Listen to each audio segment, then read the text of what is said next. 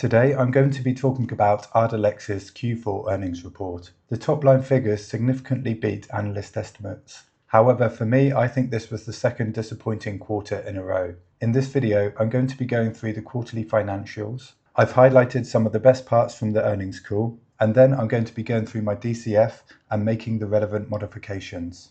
After this quarter, unfortunately, Ardelyx is no longer my favorite stock. In this video, I'm going to be telling you why, and listen until the end when I say what I'm going to be doing next. Okay, so as we already knew, Ardelyx grew by around 14 million in the quarter, and exposure grew by about 6.5 million. Now these are undeniably good results for Ardelyx, and we already had a boost from this when the news came out in January. However, if we do look at the revenue difference here, we can see that it's still reclining on a quarter-by-quarter basis. For me, it's difficult to imagine significant stock price growth until this recovers.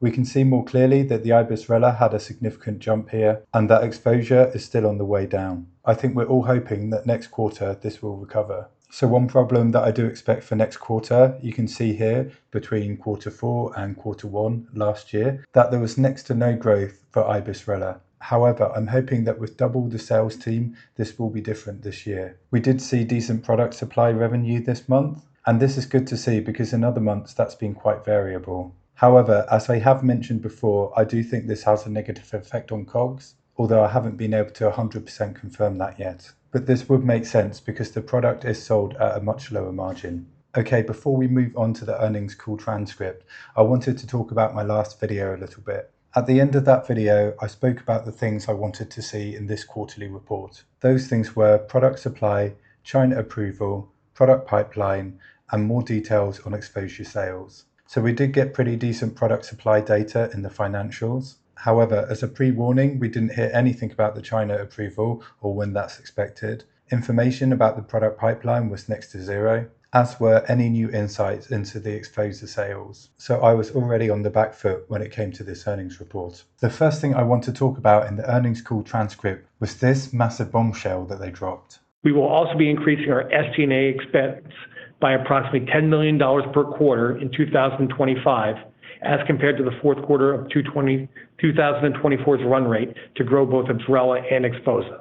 Now, for some people, this might not sound like much, or it might just sound like an investment in the future, and in some ways it is. But as you'll see later in this video, this affects the discounted cash flow significantly. So make sure to watch that section of the video, because that's why I think the stock price dropped so significantly. So the next thing I want to take a look at is this, and this is when they reiterated the $240 to $250 million target for Ardelyx. Now, although this does show growth, it shows significantly less growth than we would hope. Later on, Mike Rabb is asked about this in the questions and answers. However, he doesn't give a very satisfactory response. He's just saying that in the next quarter, he's expecting the scripts to drop as they have done before. However, with all of the money that they're spending on sales teams, I really hope that this isn't the case. And again, if that is the case, I'm going to show you later how that affects the discounted cash flow. So next, for the exposure sales, we really wanted information about whether or not those had bottomed. And also, what type of plans do they have for the future? Is there a path for us to get back to the $2.5 billion that we were hoping to get from the exposure sales? At the moment, it does seem like we're just stuck at that $750 million,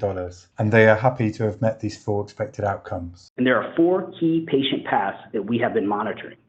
First is an existing patient who was covered by Medicare still on therapy through our patient assistance program in 2025 if they qualify. Second is an existing non-Medicare patient still receiving a revenue-generating script.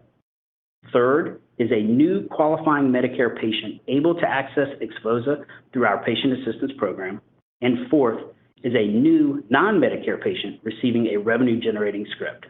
The answer in all 4 of these scenarios is yes.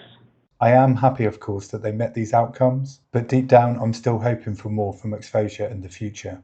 This is pure speculation, but hopefully that 10 million per quarter is going towards building pressure so that the CMS has to accept paying for exposure. One thing I did like in the questions and answers is this question about sponsored trials for cystic fibrosis and Parkinson's. Sure, and those are investigator-sponsored trials, which are certainly common in the industry. So those are not ones that we sponsor. And I think as you look at it, constipation is many different etiologies, Parkinson's being one that's common. And we're excited to see what those results will look like. And no, that's not part of the billion. This means that other companies are now paying for trials which include tenapanor, and this can increase the peak sales of $1 billion. So this brings me to the final part of the video, but also the most important. So in front of me is the discounted cash flow that I went through in the last video. However, I did notice that I made quite a significant mistake. I have the years here from 2024 to 2033. So if I were to change 2025 to 0 as I had it before, then you can see here that that's taken nearly $1 billion off of the market cap already. And then on top of that, we want to put in the bad news, which we got from the latest earnings report. So that's minus 40 for last year. And then next quarter, I'm predicting we're going to drop around 40 million. And at the moment, I'm going to keep the guess of increasing the revenue by about 17.5 million per quarter. However, I now have to take into account the $10 million extra in SGV each quarter. And then on top of that, I'm going to subtract the $10 million from the AstraZeneca agreement. So that leaves us with minus 90 for this year. And we can see here that the market cap has dropped to just over $3 billion. That's a significant difference from the $4.5 billion that we had before. So for me, it's really no shock the significant drop that we had to the stock price recently. Also, this really sums up why this is not my favourite stock anymore. Although it's still undervalued, there's just quite a lot of stocks out there now more undervalued than this one. I expect that Ardelyx is going to have a rocky year ahead, but I'm really hoping for a good quarter next quarter. The biggest thing that next quarter is going to provide is clarity. And if that clarity isn't an underperformance, then we should see a big boost in the stock price. However, I just don't see the 3 to 4 to 5% X that I saw before with this company. I'm hoping that I'm wrong and they can turn exposure around or find a new promising product. But for me, to be honest, at this stage, I'm going to be looking for more places to put my investments. I'm not going to be selling shares for now, but I'm certainly not going to be opening new positions here. If you've enjoyed the video, please like and subscribe.